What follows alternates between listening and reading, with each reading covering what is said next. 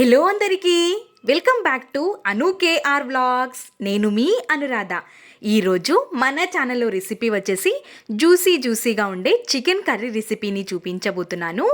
లోపల వరకు మసాలాలన్నీ పట్టి చికెన్ని ఏ విధంగా ప్రిపేర్ చేసుకోవాలో సింపుల్ పద్ధతిలో ఈరోజు చూపించబోతున్నాను. దీనికి బెస్ట్ కాంబినేషన్ జొన్న రొట్టెలు. ఆ రెసిపీ కూడా మన ఛానల్లో ఉంది, ఒక్కసారి చూసేయండి. ఇంకా ప్రాసెస్ చూసేద్దాం, వచ్చేయండి. నేను ఇక్కడ ఒక ½ kg వరకు చికెన్ని తీసుకున్నాను. చికెన్ని 2-3 సార్లు మంచిగా నీట్గా వాష్ చేసుకొని తీసుకుంటున్నాను. ఈ చికెన్లోకి మనకి రుచికి సరిపడా కారాన్ని వేసుకోవాలి. నేనైతే ఇక్కడ 2½ టేబుల్ స్పూన్స్ వరకు కారాన్ని వేసుకుంటున్నాను. 1 స్పూన్ వరకు సాల్ట్ని వేసుకుంటున్నాను. ఇంకా మనం కూరలో వేసే పని లేకుండా అన్నీ ఇందులోనే వేసుకోవాలి. 1/2 టేబుల్ స్పూన్ వరకు పసుపు, 1/2 చెక్క నిమ్మరసాన్ని కూడా పిండేసుకోవాలి. సీడ్స్ ఎక్కడ లేకుండా చూసుకుంటున్నాను. ఇప్పుడు ఇందులోకి ఒక 2 టేబుల్ స్పూన్ల వరకు ధనియా పొడిని కూడా వేసుకుంటున్నాను. 1 కప్పు వరకు పెరుగుని కూడా తీసుకోవాలి. మసాలాలన్నీ వేసేసి మంచిగా మిక్స్ చేసుకోవాలి. మసాలా అనేది ముక్కకి పట్టే విధంగా ఒక్కొక్క ముక్కని తీసుకుంటూ ఈ విధంగా మసాలా మొత్తాన్ని పట్టించి ఒక 10 మినిట్స్ పాటు పక్కకు ఉంచుకోవాలి. ఆలోపు మనం మిగతా ప్రాసెస్ని చూసేద్దాం. ఇక్కడ నేను ఒక చిన్న సైజ్ కొబ్బరిని, అదేవిధంగా ఒక 2 చిన్న ఉల్లిపాయల్ని వేయించుకొని తీసుకున్నాను. వీటిని ముందుగా కొబ్బరిని మాత్రమే వేసేసి మిక్సీ పట్టేసుకొని తర్వాత ఆనియన్స్ని కూడా వేసేసి కొద్దిగా వాటర్ని వేసి మెత్తగా మిక్సీ పట్టేసుకొని తీసుకోవాలి. ఇప్పుడు స్టవ్ పైకి ఒక గిన్నెని పెట్టేసుకొని ఇందులోకి ఒక 3-4 టేబుల్ స్పూన్ల వరకు ఆయిల్ వేసుకోవాలి. చికెన్ అంటే కొంచెం ఆయిల్ ఎక్కువగానే పడుతుంది. 1 స్పూన్ వరకు సాయి జీరాని వేసుకుంటున్నాను. సాయి జీరా కొంచెం ఫ్రై అయిపోయిన తర్వాత అప్పటికప్పుడే దంచుకున్న అల్లం వెల్లుల్లి పేస్ట్ని వేసుకుంటున్నాను. చికెన్లోకి ఏ నాన్ వెజ్ కర్రీస్లోకైనా సరే అల్లం వెల్లుల్లి పేస్ట్ అప్పటికప్పుడే చేసుకొని వేసుకుంటే టేస్ట్ బాగుంటుంది.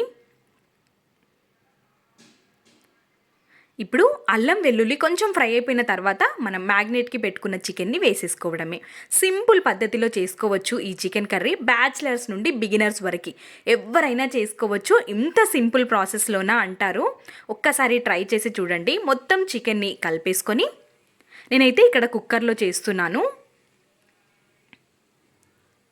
ఈ విధంగా చికెన్ మొత్తాన్ని ఆయిల్లో కలిసిపోయే విధంగా మిక్స్ చేసేసుకొని పైనుండి మూతని కవర్ చేసి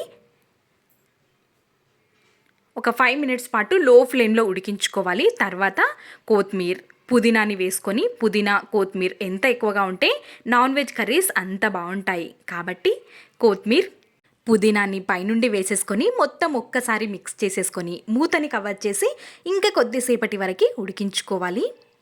చూస్తున్నారు కదా, ఆయిల్ అనేది మొత్తం సపరేట్ అయిపోయింది. కొంచెం వాటర్ అనేది రిలీజ్ అవుతుంది చికెన్లో నుండి. మనకి ఫ్రైగా కావాలి అనుకుంటే మనం ఇదే విధంగా ఉడికించుకొని తీసుకున్నా సరిపోతుంది. కొంచెం గ్రేవీగా కావాలి అనుకుంటే మనం పట్టుకున్న మసాలాని వేసుకోవాలి. చికెన్లో ఆల్రెడీ కొంచెం వాటర్ కంటెంట్ అనేది ఉంది కాబట్టి మనం ఇంకా 1 గ్లాస్ వరకు వాటర్ని వేడి చేసుకొని తీసుకోవాలి. నేను ఇక్కడ వేడి వాటర్ని చికెన్లోకి వేస్తున్నాను. 1 కప్పు తీసుకున్నాను. ఇందులో వాటర్ అనేవి లైట్గా మరుగుతున్నప్పుడు ఇందులోకి మనం ముందుగా పట్టి పెట్టుకున్న కొబ్బరి, ఉల్లిపాయ పేస్ట్ని వేసుకోవాలి. మనం కొబ్బరి, ఉల్లిపాయలు అనేవి మంచిగా ఫ్రై చేసుకొని తీసుకుంటే రుచి చాలా బాగుంటుంది. మొత్తం కలిసిపోయేంత వరకు ఒక్కసారి కలిపేసుకొని లో ఫ్లేమ్లో పెట్టేసుకొని చికెన్ని ఉడికించుకోవాలి. ఫైనల్గా చికెన్ అయితే రెడీ అయిపోయింది. పైనుండి కొంచెం కొత్తిమీర చల్లేసుకొని సర్వ్ చేసుకుంటే సరిపోతుంది. కమ్మగా ముక్క లోపల వరకు జ్యూసీగా ఉండే విధంగా మసాలాలన్నీ పట్టి చాలా రుచిగా ఉంటుంది.